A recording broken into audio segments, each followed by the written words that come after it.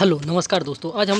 आज हम आपके साथ ट्रांसफ़र ऑफ प्रॉपर्टी एक्ट पढ़ने जा रहे हैं। The transfer of property act 1882 जो कि एक्ट नंबर 4 ऑफ 1882 से ये आया है। ठीक, जो दोस्तों जो ये कमेंसमेंट हुआ था, it shall come into force on first day of July 1882 को। ये 1 जुलाई 1882 को ये आया था। ठीक, जब हम लोग ट्रांसफ़र ऑफ प्रॉपर्टी की बात करते हैं तो ट्रांसफ़र ऑफ प्रॉपर्टी हम दो सेंस में पढ़ते हैं। दो सेंस में पढ़ने का मतलब वो जब हम लोग ट्रांसफ़र करते हैं किसी भी चीज़ को, अगर हम जब बात करते हैं ट्रांसफ़र को, तो एक मूवेबल प्रॉपर्टी होता है और दूसरा इमूवेबल प्रॉपर्टी होता है। जब हम कोई भी चीज़ ट्रांसफ़र करते हैं तो हम लोग जैसे कि इमूवेबल प्रॉपर्टी को हम ट्रांसफ़र करते हैं तो ये नहीं होता है कि अगर मैं किसी को लैंड ट्रांसफ़र कर दिया तो मैं उनसे कहा कि ये ऐसा करिए कि ये लैंड उठा करके आप अपने घर लेके जाइए, ऐसा नहीं होता। हम ट्रांसफ़र करते हैं इंटरेस्ट को। हम कभी भी ट्रांसफ़र करते हैं तो उसके इंटरेस्ट को ट्रांसफ़र करते हैं और उसके ऑनरशिप को ट्रांसफ़र करते हैं। हम जब ट्रांसफ़र ऑफ प्रॉपर्टी एक्ट में जब ट्रांसफ़र की बात करते हैं तो हम ट्रांसफ़र करेंगे इंटरेस्ट की और ऑनरशिप की। ठीक, टीपीए में दो फैक्ट हैं। टीपीए में दो फैक्ट है, वो दोनों फैक्ट मैं आप लोगों के सामने शेयर करने वाला हूँ। जो पहला फैक्ट है वो सब्सटेंटिव इन नेचर का है। जो ट्रांसफ़र ऑफ प्रॉपर्टी एक्ट है वो सब्सटेंटिव इन नेचर है। सब्सटेंटिव इन नेचर किस लिए है, कैसे पता चलता है कि ये लॉ जो है ट्रांसफ़र ऑफ प्रॉपर्टी है वो सब्सटेंटिव इन नेचर है? तो उसको बताने के लिए ये बात बताता है rights and liability of the party. जो राइट्स होता है, जो लाइबिलिटीज़ होती है पार्टीज़ की, इससे हमें पता चलता है कि जो ट्रांसफ़र ऑफ प्रॉपर्टी एक्ट है वो हमारा सब्सटेंटिव इन नेचर है। जो दूसरा फैक्ट है, it is not exhaustive in nature. जो ट्रांसफ़र ऑफ प्रॉपर्टी एक्ट है वो नेचर में एग्जॉस्टिव नहीं है। This is not exhaustive in nature, इसलिए ये एग्जॉस्टिव इस नेचर नहीं है क्योंकि इसकी मदद सीपीसी करता है, सीआरपीसी करता है, सीपीसी करता है, इंडियन कॉन्ट्रैक्ट एक्ट करता है और स्पेसिफिक रिलीफ एक्ट करता है। ये सभी इसकी हेल्प करते हैं ट्रांसफ़र ऑफ प्रॉपर्टी को पढ़ने में, चाहे प्रॉपर ट्रांसपर्टी को लागू करने में, चाहे उसको समझने के लिए ये सभी एक्ट का साथ लिया जाता है। इसीलिए ये जो ट्रांसफ़र ऑफ प्रॉपर्टी एक्ट होता है ये नॉट एग्जॉस्टिव इन नेचर होता है। अब हम बात करते हैं ट्रांसफ़र ऑफ प्रॉपर्टीज़ की। आखिर में ट्रांसफ़र ऑफ प्रॉपर्टी होता क्या है, कैसे ट्रांसफ़र इसको किया जाता है, किस में ट्रांसफ़र किया जाता है, किस को ट्रांसफ़र किया जाता है, उन सभी की बात यहाँ पे की जाती है। तो मैं आपको बताना चाहता हूँ जो ट्रांसफ़र ऑफ प्रॉपर्टी युक्त होता है वो ओरिजिनली दो लोगों में ट्रांसफ़र किया जाता है। एक तो इंटरवाइवोस होता है और एक by the operation of law के द्वारा होता है। जो इंटरवाइवोस होता है वो बिटवीन द लिविंग पर्सनस के बीच में होता है। बिटवीन द लिविंग पर्सनस के बीच में होता है। लिविंग पर्सनस वो होता है, एक जीवित व्यक्ति दूसरे जीवित व्यक्ति को अपनी प्रॉपर्टी क्या कर सकता है, बेच सकता है, अंतरण कर सकता है। और प्रॉपर्टी कैसी होनी चाहिए, वो प्रॉपर्टी जो होनी चाहिए वो मूवेबल नेचर की होनी चाहिए और इमूवेबल नेचर की होनी चाहिए। जो मूवेबल नेचर का प्रॉपर्टी होगा वो टीपी एक्ट से गवर्नड होगा, सेल्स ऑफ गुड एक्ट से गवर्नड होगा, और जो इमूवेबल प्रॉपर्टी होगा वो सिर्फ और सिर्फ प्रॉपर टीपी एक्ट से रिलेटेड होगा। अब बात करते हैं the operation of law. Operation of law के द्वारा किस तरह से ट्रांसफ़र ऑफ प्रॉपर्टी में वो किया जाता है, डील किया जाता है। तो इसमें बाय सक्सेशन के द्वारा, या कोई कोर्ट का ऑर्डर आ गया या कोई कोर्ट की डिक्री आ गई है, उसके द्वारा बाय ऑपरेशन ऑफ लॉ के द्वारा क्या किया जाता है, प्रॉपर्टी को ट्रांसफ़र किया जाता है वन पर्सन से अनदर पर्सन। ठीक, अब मैं दोस्तों एक बात बताने जा रहा हूँ। जिस तरह से मैंने ट्रांसफ़र ऑफ प्रॉपर्टी एक्ट को पढ़ा है, जिस तरह से मैं पढ़ता हूँ, उस तरह से मैं भी चाहता हूँ कि आप लोग भी ट्रांसफ़र ऑफ प्रॉपर्टी को उसी अनुसार पढ़ें। क्योंकि अगर मेरे बताए हुए रास्ते पे आप लोग ट्रांसफ़र ऑफ प्रॉपर्टी पढ़ेंगे तो बहुत आसानी से आपको ट्रांसफ़र ऑफ प्रॉपर्टी एक्ट समझ में आ जाएगा। सबसे पहले हम लोग ट्रांसफ़र ऑफ प्रॉपर्टीज़ को डिवाइड कर लिए हैं, 6 पार्ट्स में इसको डिवाइड किए हैं। जो फर्स्ट पार्ट है हमारा वो सेल के बारे में डिफ़ाइन करता है। यहाँ सेल क्या होता है, जो सेल डिफ़ाइन किया गया वो सेक्शन 54 से लेकर 57 तक है। फिर जो बात करते हैं हम सेकंड पार्ट में जो डिवाइड किए हैं, जैसे मॉर्गेज की बात की जाते हैं तो मॉर्गेज का मतलब होता है बंधक, जो सेक्शन 58 से लेके 104 तक है। इसी में चार्ज भी इंक्लूड है। फिर हम इसको डिवाइड किए हैं लीज में, जो सेक्शन 115 से लेकर के 117 तक है, मतलब 115 से लेकर के 117 तक है। एक्सचेंज इसी तरह से है, जो कि 118 से लेकर के 121 तक है। गिफ्ट है 122 से लेकर 129 तक है। और एक्सनेबल क्लेम है जो 130 से लेकर 137 तक है। इस तरह से ट्रांसफ़र ऑफ प्रॉपर्टी को अगर आप लोग भी डिवाइड करके पढ़ेंगे तो आप लोगों के लिए भी ट्रांसफ़र ऑफ प्रॉपर्टी एक्ट जो होता है बहुत ही आसान साबित होगा, क्योंकि यही ट्रांसफ़र ऑफ प्रॉपर्टी पढ़ने का रूल ही होता है। इस तरह से ही ट्रांसफ़र ऑफ प्रॉपर्टी को पढ़ना ही चाहिए। ठीक, आगे हम बात करते हैं सेक्शन 3 की। जो ट्रांसफ़र ऑफ प्रॉपर्टी का सेक्शन 3 है उसके बारे में हम बात करेंगे। In this act unless there is something repugnant in the subject of context. मतलब इसमें कुछ चीज़ों को रिप्यूगेंट किया जाता है। जो ये डेफिनेशन दिया गया है हमारा, जो TPA में जो सेक्शन 3 में जो हमारा डेफिनेशन दिया गया है, ये निगेटिव टर्मिनोलॉजी में दिया गया है। इसलिए निगेटिव टर्मिनोलॉजी में दिया गया है क्योंकि जो भी चीज़ है, स्टैंडिंग टिम्बर जो है, हमारा ग्रास जो है, जो हमारा ग्रोइंग क्रॉप्स है, ये सभी के सभी मूवेबल प्रॉपर्टीज़ में, मतलब मूवेबल चीज़ होते हैं, मूवेबल प्रॉपर्टी में आते हैं। क्योंकि जो स्टैंडिंग टिम्बर होता है, जिसको हम लोग बम्बू कहते हैं, ग्रास आप लोगों को पता ही होगा, ग्रोइंग क्रॉप्स आपको पता ही हो, जो खड़ी फसल होती हैं, तो ये सभी के सभी क्या होते हैं, सभी के सभी मूवेबल प्रॉपर्टी होती है। और हम TPA में बात करना चाहते हैं इमूवेबल प्रॉपर्टीज़ की। तो इसीलिए ये टर्मिनोलॉजी दिया है सेक्शन 3 में, ये निगेटिव वे में दिया है। अब हमको अगर इसी टर्मिनोलॉजी को अगर हमें पॉजिटिव वे में पढ़ना है तो हम कहाँ से पढ़ेंगे? इसको हम लोग कवर करेंगे जनरल क्लॉजेज एक्ट के सेक्शन 3 से सब क्लॉज 26 में। यहाँ पे ये सारी बातें समझाई गई हैं, यहाँ पे सारी बातें पॉजिटिव वे में समझाई गई हैं। जैसे जो लैंड है, जो बेनिफिट्स अराइजेज एंड जो बेनिफिट अराइजेज होता है लैंड से, उसके बारे में समझाई गई है। अटैच्ड टू अर्थ, कौन कौन सी चीज़ें जो होती है जो कि अर्थ से अटैच्ड हैं, ठीक।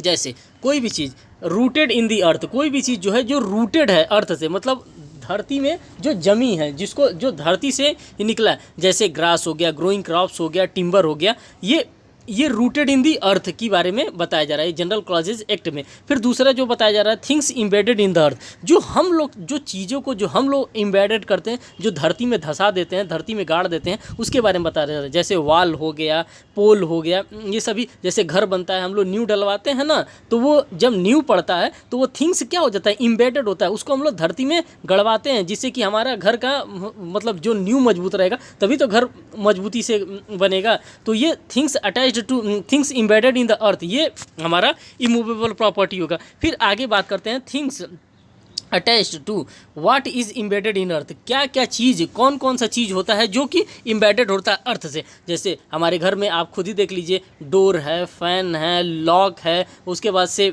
और भी जो रेक वगैरह बना होता है, ये सभी इम्बेडेड इन द अर्थ होता है, ठीक। ये सब हमको ट्रांसफ़र ऑफ प्रॉपर्टी एक्ट के ये जनरल क्लॉजेज एक्ट में हमको ये बातें हमको पता चली है। अब हम बात कर लेते हैं अटेस्टेड की। अटेस्टेड क्या होता है? जब कोई भी प्रॉपर्टी हम खरीदते हैं या कोई भी प्रॉपर्टी हम बेचते हैं तो उस प्रॉपर्टी को हम क्या करते हैं, अटेस्ट कराते हैं। किससे अटेस्ट कराते हैं? When two or more witness से, या तो दो से ज़्यादा विटनेसेस से हम क्या करते हैं, अटेस्ट करवाते हैं। अब इसके हम बेयर लैंग्वेज को मैं आप लोगों के सामने रखना चाहता हूँ। Attested in relation to an instrument means and shall be deemed always been have been meant attested by 2 or more person.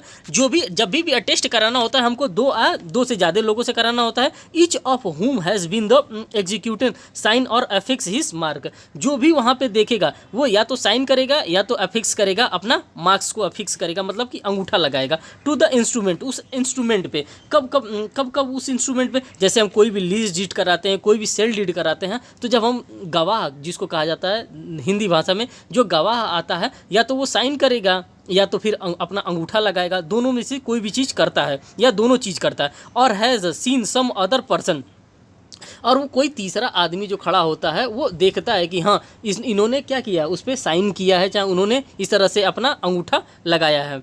In the instrument in the presence of any the director और executant. जो director होता है, जहाँ जो भी executant होता है, वो लोग खड़े होकर के देखते हैं कि हाँ यही व्यक्ति है जो गवाह के तौर पे आया है और इसी ने ही अपना अंगूठा या अपना सिग्नेचर यहाँ पे लगाया है। तो यहाँ पे सीन के बारे में जो एग्जीक्यूटेंट होते हैं वो देखते हैं कि हाँ हमारे नज़र में ही यही व्यक्ति ने क्या किया है, सिग्नेचर किया है या अफेक्स किया है या अपना अंगूठा लगाया है। फिर जो सिग्नेचर की बात आती है, बाय इंस्ट्रूमेंट हाउ, किस तरह से इंस्ट्रूमेंट पे सिग्नेचर किया जाएगा। जो भी डॉक्यूमेंट होगा उसको इंस्ट्रूमेंट हम लोग नाम दिए, किस तरह से उस पर सिग्नेचर किया जाएगा। बाय प्रेजेंस और डायरेक्शन ऑफ दी पार्टीज। अगर प्रेजेंस या तो पार्टी स्वयं प्रेजेंस रहे या तो डायरेक्शन दे दे कि अच्छा मेरा बेटा जा रहा है, आप उसके प्रेजेंस में क्या करिए, उस पर सिग्नेचर कर दीजिए, या फिर एग्जीक्यूटर और एग्जीक्यूशंस के प्रेजेंस में। फिर पर्सनल एक्नॉलेजमेंट यहाँ पे होता है एग्जीक्यूटर के द्वारा, ठीक। अब हम बात करते हैं नोटिस की। अगर किसी भी पार्टीज़ को हमको नोटिस भेजना है या किसी तरह से नोटिस देना है तो फिर किस तरह से हम लोग नोटिस की बात करते हैं। तो नोटिस हम लोग नोटिस जब आता है तो हम इसको दो पार्ट्स में डिवाइड करते हैं। एक पहला पार्ट होता है एक्सप्रेस इम्प्लाइड और दूसरा होता है कंस्ट्रक्टिव नोटिस। जो एक्सप्रेस और इम्प्लाइड होता है ये फैक्ट का एक्चुअल नोटिस होता है। जो भी हम लोग फैक्ट देंगे उसका एक्चुअल नोटिस के बारे में हमको बताता है। और जो नोटिस का सेकेंड पार्ट होता है जिसको हम लोग कंस्ट्रक्टिव नोटिस कहते हैं, फैक्ट पता होना चाहिए था बट हम अपनी तरफ से गलती कर देते हैं। किस तरह से गलती कर देते हैं? हमें पता है कि हाँ ये घर अच्छी जगह पे नहीं है, चाहे ये घर काफ़ी साल पुराना हो गया, 50 साल पुराना हो गया, 100 साल पुराना हो गया, हम इस बात को जानते हुए भी हम क्या करते हैं, उस घर को परचेस करते हैं और उसके बाद से अचानक से वो 2-4 साल बाद घर गिर जाता है और हम क्लेम करते हैं कि अरे वो तो घर तुमने ऐसा दे दिया कि वो घर गिर गया। तो अगर हम जानते हुए अगर हम किसी बात को जान रहे हैं कि ये घर ख़राब है चाहे, तो वो चीज़ हमें लेना ही नहीं चाहिए। इसी को हम लोग कंस्ट्रक्टिव नोटिस कहा जाता है। उसी वक्त हमें पता कर लेना चाहिए था कि अच्छा ये घर कितने साल पुराना है, चाहे कितने लोगों के द्वारा इस घर में रह लिया गया है, या मतलब कि किस बिल्डर के द्वारा ये घर निर्माण कराया गया। ये सारी बातों को हमको प्रॉपर्टी को खरीदते वक्त या प्रॉपर्टी को ट्रांसफ़र करते वक्त हमें बताना चाहिए या जानना चाहिए। अब हम बात करना चाहते हैं सेक्शन 5 पे। जो यहाँ तक तो था, जो सेक्शन 3 तक था तो वो तो मैंने बता दिया। अब मैं बात करना चाहता हूँ आपसे सेक्शन 5 पे, जो ट्रांसफ़र ऑफ प्रॉपर्टीज़ के बारे में बताता है कि क्या क्या चीज़ हम ट्रांसफ़र कर सकते हैं। ये डिफाइंड किया गया है सेक्शन 5 में। यहाँ पे जो है जो प्रॉपर्टीज़ की बात की जा रही है, किस प्रॉपर्टी को, या तो किसी प्रॉपर्टी को, अब मैं थोड़ा सा बेयर लैंग्वेज में आपको मैं पढ़ के बताना चाहता हूँ संपत्ति को किस तरह से अंतरण किया जाता है। धाराओं में संपत्ति के अंतरण से ऐसा कार्य अभिप्रेत है जिसके द्वारा कोई जीवित व्यक्ति या एक से अधिक अन्य जीवित व्यक्ति, या तो कोई लिविंग पर्सन या उसका कोई जो लीगल हायर है उसके द्वारा व्यक्ति या स्वयं को अथवा एक से अधिक अन्य जीवित व्यक्तियों के वर्तमान या भविष्य में संपत्ति हस्तांतरण करना होगा। मतलब यहाँ पे कहने का मतलब ये है कि जब हम लोग ट्रांसफ़र करते हैं किसी भी प्रॉपर्टी का, जब हम किसी एक दूसरे से दूसरे को क्या करते हैं, पास ओवर करते हैं। अगर मैं अपनी प्रॉपर्टी क्या कर सकता हूँ, किसी दूसरे को पास ओवर ही तो कर सकता हूँ। पास ओवर का इन द सेंस का मतलब कि मैं उसको इंजॉयमेंट का क्या कर सकता हूँ, राइट दे सकता हूँ। मैं उसको बेचने के बाद उसको इंजॉयमेंट का वो फुल इंजॉय करे उस प्रॉपर्टी पे।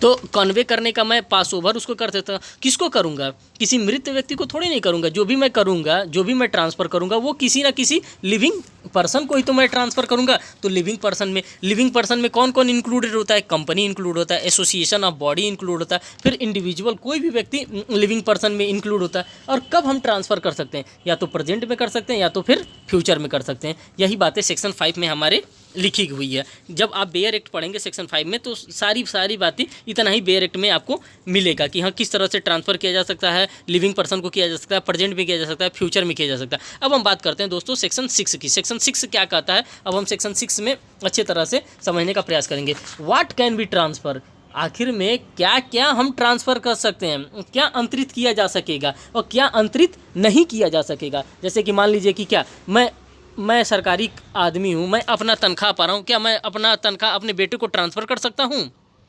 कभी भी नहीं कर सकता हूँ।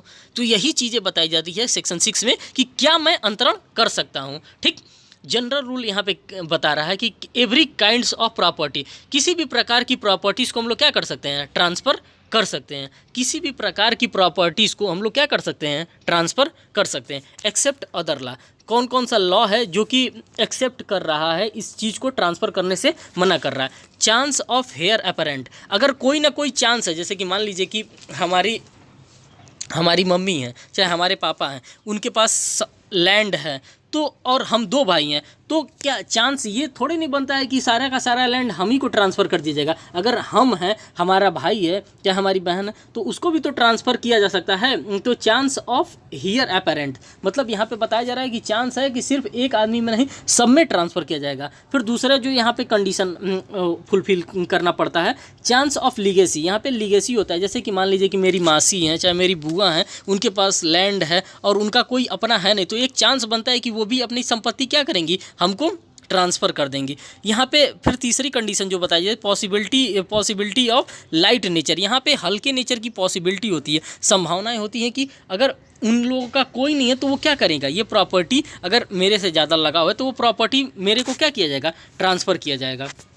ये सेक्शन 6 में ये बातें बताई जाती हैं, लेकिन ये कन्फर्म बातें नहीं बताई गई हैं। ये सारी बातें सेक्शन 6 में वर्डिंग दिया गया है कि इस तरह की संभावनाएं बन सकती हैं। फिर जो दूसरा है a mere right of re entry of breach of condition, जो री एंट्री के बारे में बताया गया, राइट ऑफ री एंट्री कि किस तरह से री एंट्री कराया जा सकता है, नाम को फिर से चढ़वाया जा सकता है किसी भी प्रॉपर्टी पे। फिर तीसरी बात बताई जा रही है इजिमेंट्री राइट विदाउट डोमिनेंट हेरिटेज। जो इजिमेंट्री राइट होता है, जो सूखाचार का नियम होता है, वो किस तरह से डोमिनेंट हेरिटेज करता है, हमको सूखाचार का क्या कहते हैं लाभ किस तरह से हमको मिलता है, चाहे किस तरह से हमको मिलना चाहिए, ये बातें हमको तीसरे पॉइंट में बताया जाए। फिर रिस्ट्रिक्शन इंटरेस्ट, जो चौथी बात हमको बताई जाती है, वो बताता है कि रिस्ट्रिक्शन इंटरेस्ट किस तरह से किसी के इंटरेस्ट को रिस्ट्रिक्ट किया जा सकता है, किस तरह से किसी के इंटरेस्ट को रोका जा सकता है। फिर बात करते हैं हम मेंटेनेंस की कि किस तरह से right to future maintenance in whatsoever meaning arising securing और determining can not be transfer. अगर हम बात करते हैं मेंटेनेंस को, तो मेंटेनेंस को क्या कभी मेंटेनेंस को ट्रांसफ़र किया जा सकता है? अगर एक बेटी को मेंटेनेंस किसी के उसके हस्बैंड के द्वारा मिल रहा है तो वो अपनी ऐसा तो नहीं कर सकती है कि ऐसा करिए जज साहब कि मेंटेनेंस मेरी माँ को ट्रांसफ़र कर दीजिए, उसकी माँ को मेंटेनेंस थोड़े नहीं मिल सकता, तो ये ट्रांसफ़र होने लायक नहीं है। अब बात करते हैं पब्लिक सर्वेंट की, तो क्या पब्लिक सर्वेंट डिफाइन किया गया सेक्शन 21 ऑफ आईपीसी में। जब हम सेक्शन 21 आईपीसी को हम पढ़ेंगे तो वहाँ पे पब्लिक सर्वेंट के बारे में बात होता है। Air force, navy, army salary are not transferable. इन लोगों के जो पब्लिक सर्वेंट होता है, चाहे जो एयरफोर्स का आदमी हो, नेवी का आदमी हो, चाहे किसी भी मतलब पब्लिक सर्वेंट से रिलेटेड कोई भी आदमी हो, वो अपना सैलरी किसी को भी ट्रांसफ़र नहीं कर सकता है। 7वें पॉइंट में बता रहा है गवर्नमेंट पेंशन्स, पब्लिक पेंशन्स को भी ट्रांसफ़र नहीं किया जा सकता। अगर किसी पर्सन को अगर क्या कहते हैं गवर्नमेंट पेंशन मिलता है, पब्लिक पेंशन मिलता है, तो वो ट्रांसफ़र नहीं किया जा सकता है। फिर अनट्रांसफरेबल राइट्स ऑफ ऑक्यूपेशन, कोई भी अनट्रांसफरेबल राइट है, कोई भी ऑक्यूपेशन, कोई भी धंधा है जिसको ट्रांसफ़र नहीं किया जा सकता, उसको ट्रांसफ़र नहीं कर पाएगा कोई भी। इंटरेस्ट अगेंस्ट बिजनेस पॉलिसी, अगर कोई बिजनेस पॉलिसी का कोई इंटरेस्ट है, अगर उसमें मेंशन है कि हाँ इसको ट्रांसफ़र नहीं करना है, तो उसको ट्रांसफ़र नहीं किया जा सकता है। ठीक, अब हम बात करते हैं सेक्शन 7 की। सेक्शन 7 में क्या कर रहा है, तो सेक्शन 6 तो मैं आप लोगों को उम्मीद करता हूँ सेक्शन 6 काफ़ी अच्छे से समझ में आ गया होगा। अब मैं बात करना चाहता हूँ सेक्शन 7 की। सेक्शन 7 में बताया गया है पर्सन टू कॉम्पिटेंट ट्रांसफ़र। कौन ऐसा व्यक्ति है जो कि कॉम्पिटेंट है, कौन ऐसा व्यक्ति है जो सक्षम है, जो कि ट्रांसफ़र को कर सकता है, जो ट्रांसफ़र आसानी से किसी भी चीज़ को एक से लेकर के दूसरे को दे सकता है, ट्रांसफ़र कर सकता है। जब हम कॉम्पिटेंसी की बात आती है तब हमको हमारे दिमाग में सेक्शन 11 और section 12 of Indian contract act याद आता है। जो सेक्शन 11 बताता है हमारे मेजर और साउंड माइंड के बारे में बताता है कि कौन आदमी मेजर है, कौन आदमी साउंड माइंड है, कौन नॉट डिस्क्वालीफाइड बाय लॉ है, वो सेक्शन 11 हमारा बताता है। सेक्शन 12 बताता है साउंड माइंड कौन है, अनसाउंड माइंड कौन है, ये सभी की बात हमारा इंडियन कॉन्ट्रैक्ट एक्ट का सेक्शन 11 और सेक्शन 12 बताता है। कॉम्पिटेंट आदमी ही क्या कर सकता है, किसी भी प्रॉपर्टी को ट्रांसफ़र कर सकता है, जो कॉम्पिटेंट नहीं वो ट्रांसफ़र नहीं कर सकता है। ठीक, जैसे कि एक माइनर का केस हमारे पास आ रहा था इंडियन कॉन्ट्रैक्ट का, मोहरी बीवी वर्सेस धर्मोदास बोस का केस एक था कि जिसमें क्या था कि जो एक लड़का था जो कि माइनर होने के बावजूद भी क्या किया था, अपनी प्रॉपर्टी को ट्रांसफ़र कर दिया था। तो ये यहाँ पे यही बात कही जा रही है, हु कैन बी ट्रांसफ़र, कौन ट्रांसफ़र कर सकता है, तो माइनर यहाँ पे ट्रांसफ़र नहीं कर सकता है। इनटाइटल, अधिकार भले रखता हो कि हाँ ये मेरी प्रॉपर्टी है, फिर भी वो ट्रांसफ़र नहीं कर सकता है। Authorised to transfer of property, अगर कोई ऑथोराइज्ड किया गया, किसी के द्वारा ऑथोराइज्ड किया गया, किसी के पास पावर ऑफ अटॉर्नी किसी को दिया गया, वो व्यक्ति क्या कर सकता है, प्रॉपर्टी को ट्रांसफ़र कर सकता है। लेकिन कोई नॉर्मल व्यक्ति इन द सेंस कोई भी माइनर नहीं कर सकता है, कोई भी अनसाउंड माइंड प्रॉपर्टी को ट्रांसफ़र नहीं कर सकता। ये सेक्शन 7 में बताया गया। अब हम बात करते हैं सेक्शन 8 की, ऑपरेशन ऑफ ट्रांसफ़र। कौन कौन से ऑपरेशन होते हैं किसी चीज़ को ट्रांसफ़र करने के लिए, किस तरह से हम किसी चीज़ को ट्रांसफ़र कर सकते हैं। ठीक, अगर हम कोई चीज़ ट्रांसफ़र करते हैं तो उसका इफ़ेक्ट क्या आता है, किस किस प्रकार से उसका इफ़ेक्ट आता है। Transferee all the interest which is transferor is then capable of passing the property and is the legal incident there of.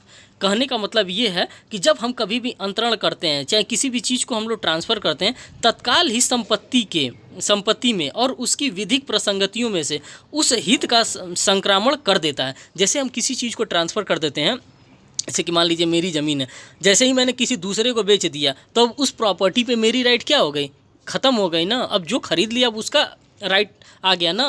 तो यही बात सेक्शन 8 में बताया जा रहा है। अब इसको ट्रांसफ़र किस तरह से किया जाता है, प्रॉपर्टी का ट्रांसफ़र किया जाता है और लीगल इंसिडेंट के द्वारा ट्रांसफ़र किया जाता है। जो भी लैंड होता है वो अटैच्ड होता है, जो भी लैंड हमारा होता है, प्रॉपर्टी मतलब जो भी इमूवेबल प्रॉपर्टी होता है वो अटैच्ड होता है लैंड से। फिर लीगल इंसिडेंट्स में बेनिफिट्स जो प्रॉपर्टी से अटैच्ड होता है। अगर मान लीजिए कि कोई भी हमारे पास प्रॉपर्टी है, हमारा बना बनाया घर है, तो अगर मान लीजिए कि उसमें मैं किराएदार को रखा था और अगर मैंने प्रॉपर्टीज़ को बेच दी, तो जो किराया होगा, तो क्या अब वो किराएदार मेरे को किराया ना दे करके मैं उससे कहूँगा कि अब ये जो बेनिफिट आप दे रहे हो, जो किराया दे रहे हो, अब किसको दो, अब मिस्टर बी को दो, क्योंकि मिस्टर बी के द्वारा ये क्या किया गया, ये लैंड, ये घर परचेस कर लिया गया, अब उस पर मेरा राइट नहीं बनता है। यही बात सेक्शन हमारे 8 में बताया गया। अब सेक्शन 9 की हम बात करते हैं, जिसमें ओरल ट्रांसफ़र के बारे में बात की जाती है। किसी भी ट्रांसफ़र को without writing in every cases in which writing is in expressly required by law, अगर इसे स्पेशली रिक्वायर्ड है बाई लॉ के द्वारा कि हाँ आप ओरल ट्रांसफ़र कर सकते हो, तो ओरल ट्रांसफ़र आप कर सकते हैं। फिर हम बात करते हैं सेक्शन 10 की। जब हम सेक्शन 10 की बात करते हैं तो उसमें कंडीशंस के बारे में बताता है। कौन कौन से कंडीशन बताया जाता है, रिस्ट्रेनिंग एलिनिएशन का मतलब यहाँ पे रोक लगाया जाता है कि किस तरह से आप एलिनिएट अपनी प्रॉपर्टीज़ को नहीं कर सकते हैं। थोड़ा सा मैं बेयर लैंग्वेज आपको यहाँ पे बताना चाहता हूँ। वेयर प्रॉपर्टी इज ट्रांसफर, जब कभी भी प्रॉपर्टीज़ को ट्रांसफ़र किया जाता है सब्जेक्ट टू कंडीशन और लिमिटेड एब्सोल्यूट रिस्ट्रिक्शन, यहाँ पे एब्सोल्यूट रिस्ट्रिक्शंस लगाया जाता है आपको, मतलब उचित निर्बंधन लगाया जाता है। The transfer of any persons, किसी भी पर्सन्स को आप ट्रांसफ़र कर सकते हैं, claiming under him for parting with or disposing of his interest in the property, the condition of limitation is void। अगर हमारे पास जो भी रिस्ट्रिक्शन लगाया गया है अगर उस तरह से हो रहा है तो हमारा यहाँ पे क्या होगा, void हो जाएगा। कोई भी कंडीशन अगर हमको लगाया गया है, जैसे यहाँ पे बताया जा रहा है, कोई भी कंडीशन लगाया गया है एलिनेशन पे, अगर हम उस कंडीशन को नहीं फुलफिल कर रहे हैं तो हमारा जो ट्रांसफ़र होगा वो क्या हो जाएगा, वो वाइड हो जाएगा। वाइड का मतलब होता है वाइड एब इनिशियो, शुरुआत से ही वो क्या हो जाएगा, शून्य हो जाएगा। जो ट्रांसफ़र की बात की जा रही है, एब्सोल्यूट रिस्ट्रिक्शन, एब्सोल्यूटली जो वहाँ पे रिस्ट्रिक्शन लगाया जा रहा है वो रिस्ट्रिक्शन एब्सोल्यूट लगाया जा रहा है। जो कंडीशनल ट्रांसफ़र होगा, जो कि सेक्शन 10 में हमको ये बताया गया है। अब यहाँ पे हम 4 पार्ट्स में इसको डिवाइड किए हैं। जो सेक्शन 10 है उसको 4 पार्ट्स में, ट्रांसफ़र किस तरह होगा, रिस्ट्रिक्शन किस तरह होगा, कंडीशन क्या होगा, एक्सेप्शंस क्या होगा, इन चारों को मैं आपके सामने बताने वाला। जो पहला है हमारा, जिसमें एब्सोल्यूट सेल की हम बात करते हैं। एब्सोल्यूट सेल, अगर कोई भी प्रॉपर्टी है उसको हम ट्रांसफ़र करना चाहते हैं, एब्सोल्यूट उसको सेल करना चाहते हैं, चाहे उस पर किसी भी प्रकार का हम रिस्ट्रिक्शन लगाना चाहते हैं तो रिस्ट्रिक्शन भी हम उस पर एब्सोल्यूट लगा सकते हैं। अगर हमने ट्रांसफ़र एब्सोल्यूट किया, रिस्ट्रिक्शन हमने एब्सोल्यूट लगाया, तो उसका कंडीशन क्या निकल के आएगा, वो वाइड हो जाएगा, एक्सेप्शन यहाँ पे कुछ नहीं होगा। फिर दूसरी बात हम करते हैं, हमने ट्रांसफ़र जब किया वो एब्सोल्यूट होगा, जो हमने रिस्ट्रिक्शन लगाया वो पार्टिकुलर लगाया, जो कंडीशन यहाँ पे हो क्या होगा, यहाँ पे जो कंडीशन होगा ये वैलिड होगा एक्सेप्शन में।